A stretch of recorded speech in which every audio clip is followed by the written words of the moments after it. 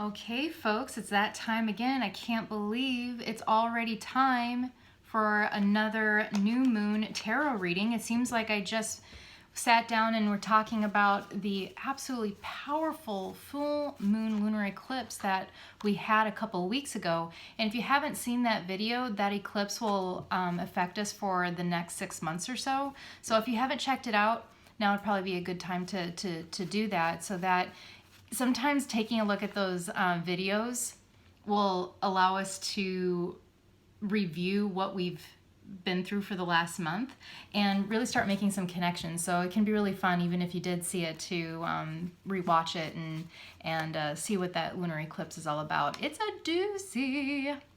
All right, so this new moon is in Sagittarius at 1 degree. And that also means, because it's a new moon, that the sun is also at 1 degree in Sagittarius. So there's lots of fire. For me personally, I absolutely love Sag energy, but that might also be because I have a Sagittarius rising. And Sag energy is adventurous, it's gregarious, it's laughter, it's funny. It can be very focused. It's associated with the Archer, kind of depends on the Sagittarius, but it's optimistic. So there's a lot of really good things about this Sagittarius new moon. There are a few little points though that could be a little bit of a tripping point. For one, Uranus is still in Taurus, folks. It's going to be there for a little while, so we might as well just kind of hang out. What that means is essentially there's going to be lots of changes and lots of upheaval in our physical realities. So things like house, job, income, how we relate to money, or what we consider to be a right livelihood, or even our soul's purpose, like big stuff like that. That could be a change. Health, we might have a new relationship to our health. It wouldn't be with Uranus and Taurus. It wouldn't be unheard of to have a new exercise regimen, or to get some blood work and make sure that we're on track. Like those type of things would all be within Uranus and Taurus. And so with that being said, we also have Sagittarius and the moon in Sagittarius and the sun in Sagittarius at 1 degree, which number 1 is the number of the sovereign self. What's also very interesting is, in conjunction with that, we have Venus at 9 degrees in Sagittarius, and also Mercury at 10 degrees in Sagittarius. So Venus at number 9 is associated with the Hermit card in the tarot, and number 9 is about completion. And Venus is the planet that's about it's about beauty, it's about health, it's wealth, it's luck, it's all of the good things. And so there might be like a conclusion of something.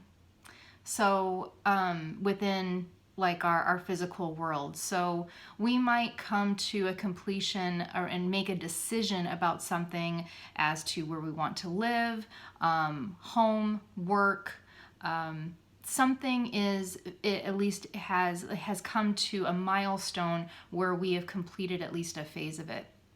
And Mercury's at 10 degrees, which is interesting.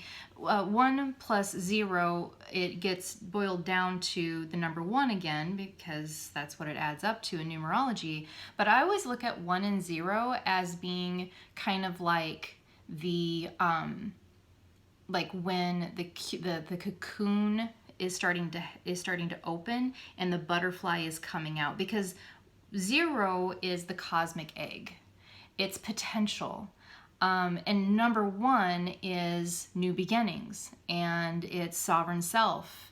And then when we get into number 11 in numerology is also a master number, and that is also about self-mastery or transformation. So Mercury's about communication. So that's going to be very interesting. I'm going to be very interested to see if the cards say anything about communication or how we relate to something, because all of this, Venus, Mercury, Sun, and Moon in Sagittarius are opposing the midheaven in Gemini at 5 degrees, and 5 is the number of change. And Gemini is the twins. It's about duality, but Gemini is also very much a communicative sign. And in fact, Gemini is associated with the planet Mercury. So, the one tripping part around that I can see is there could be a potential, especially with Chiron, which is the wounded healer at 12 degrees in Aries, there could be a potential where we might end up maybe even being too self-absorbed. That's a possibility. So we don't want to do that. Don't want to be self-absorbed. But if we can balance our needs and keep in mind with the needs around us of people that we have relationships and commitments to, then we should be able to maneuver this pretty well, and we might find some major self-transformation in the process. So let's take a look and see what the tarot has to say. All right, so I always invite everyone to set the intention of like whatever parts of this reading that are most pertinent to you in your situation, allow those pieces to really stand out. And let's set the intention, asking guidance. What is it that we need to know or do most concerning this new moon in Sagittarius? November 23rd. 2022. What do we need to know or do the most?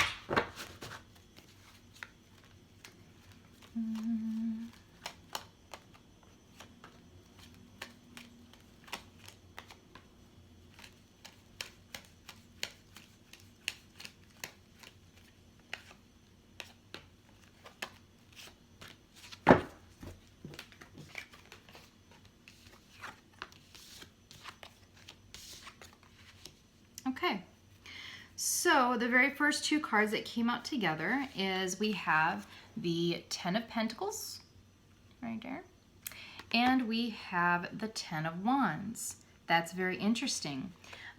Two number 10s coming up together, and Mercury is at 10 degrees in Sagittarius.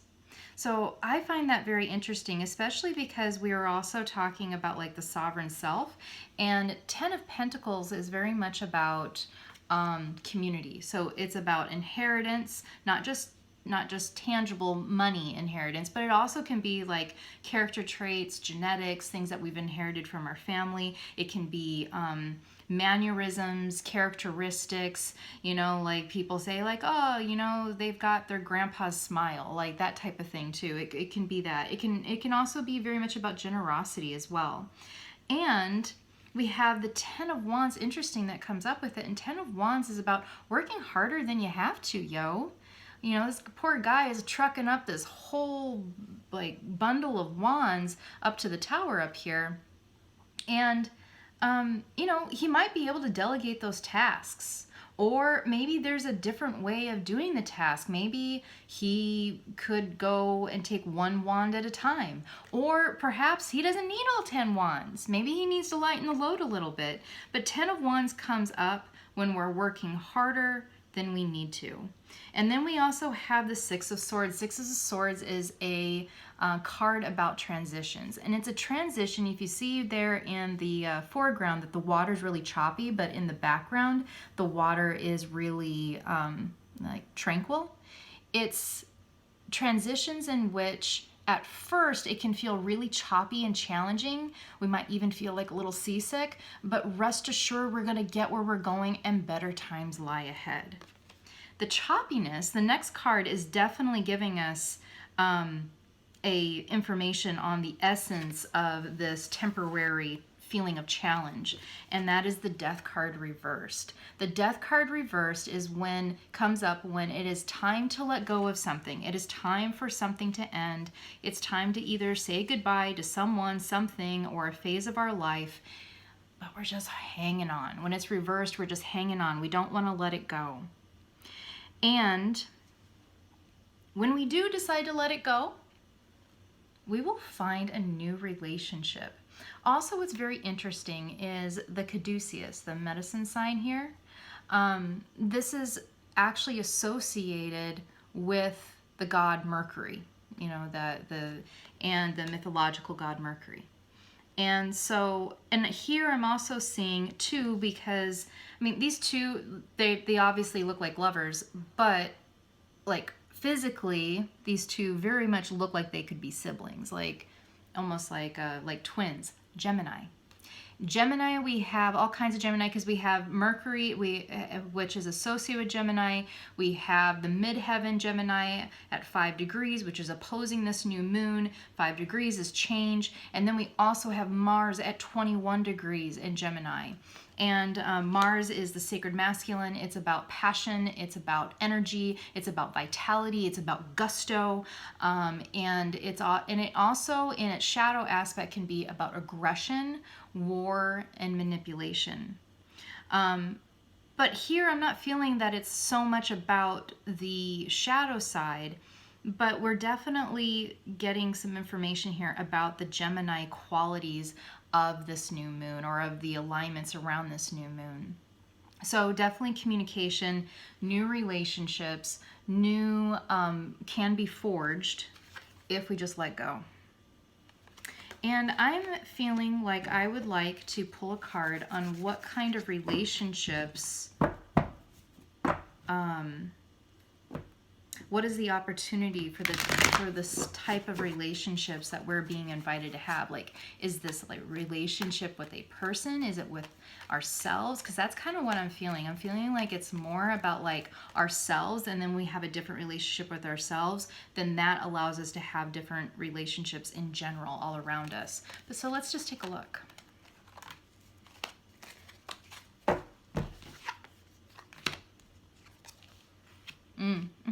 Okay, so we have Queen of Cups that came up, and Queen of Cups is about, it is very much about the sovereign self, but it's cups, so it's more emotions, so it's really about like owning your emotions. And Neptune is at 22 degrees in Pisces, and so there is like some watery elements. Most of the alignments are very fiery with this new moon, but here we do have an element of water that is asking us to really take ownership of our emotions. So the death card for many of us could be a death of how we relate to a particular challenge or situation. That might mean that we choose to end it, or it may choose that we end the specific way that we're relating to it. We might come to a different perspective of how we feel about it.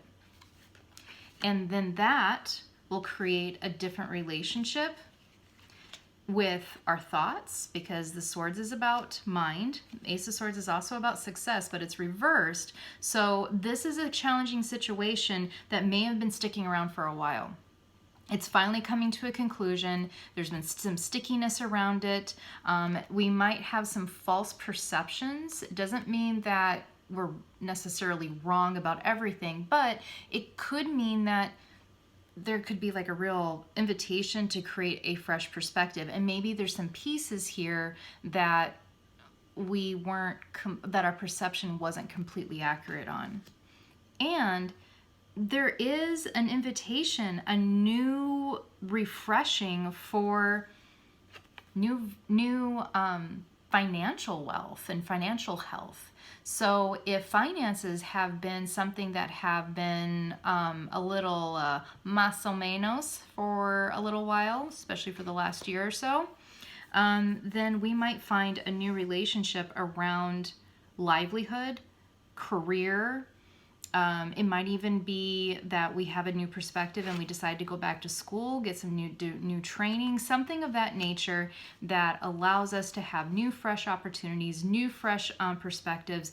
But what it's going to require us to do is let some perspective go. It's going to require us to maybe even say we're sorry. like I said, it doesn't mean that you were completely wrong, but there might have been some like pieces of it where maybe you weren't completely right. And that might be what's making us work so hard. Maybe we don't have to work so hard, yo. And maybe we actually have a little bit more support than we thought. Maybe just some clear communication needs to be had. Maybe a mediator needs to be brought in. But one other thing that I want to bring up around this in general is that this, if you are needing like a persona makeover, if you're needing to reinvent yourself, if you've been feeling stuck and mucky, the lunar eclipse that we talked about, like that definitely has shifted a lot of energy, and things are changing for folks. Like I've been talking about to people over the last couple of weeks, and things are shifting and changing. There's some challenges with that, but things are moving. And for a lot of folks, it's been really stuck for a while for some folks. And so finally, you know, even if there's some challenges, at least we can like brush ourselves off and, you know, move ahead. And this moon, with it being Sagittarius is very much about the sovereign self, and it's about being self-reliant, it's about being optimistic, it's adventure, and it's fire. And then we have Mars in Gemini, which is gusto. And Gemini is about communication, and we have all of this like 1 degree thing, and then we have Mercury at 10, and we have all of these 10s in the tarot reading. This is an excellent time to take those steps to reinvent yourself. You want a new career? Now would be a great time to take those steps to move towards that new career. You want to start a business? Now would be a good time to start a business. You want to pick up a hobby that you've been thinking about for a really long time? Now would be a good time to do that. You want to start that book? Start that book. This is a good time to start those passion projects and things that are near and dear to your heart, and things that you know would probably add to your overall fulfillment. This would be a really good time to do that, and to start communicating with those who might be able to help with that, to be of service with that, and to offer insight, offer resources, and offer help in some way. Yeah.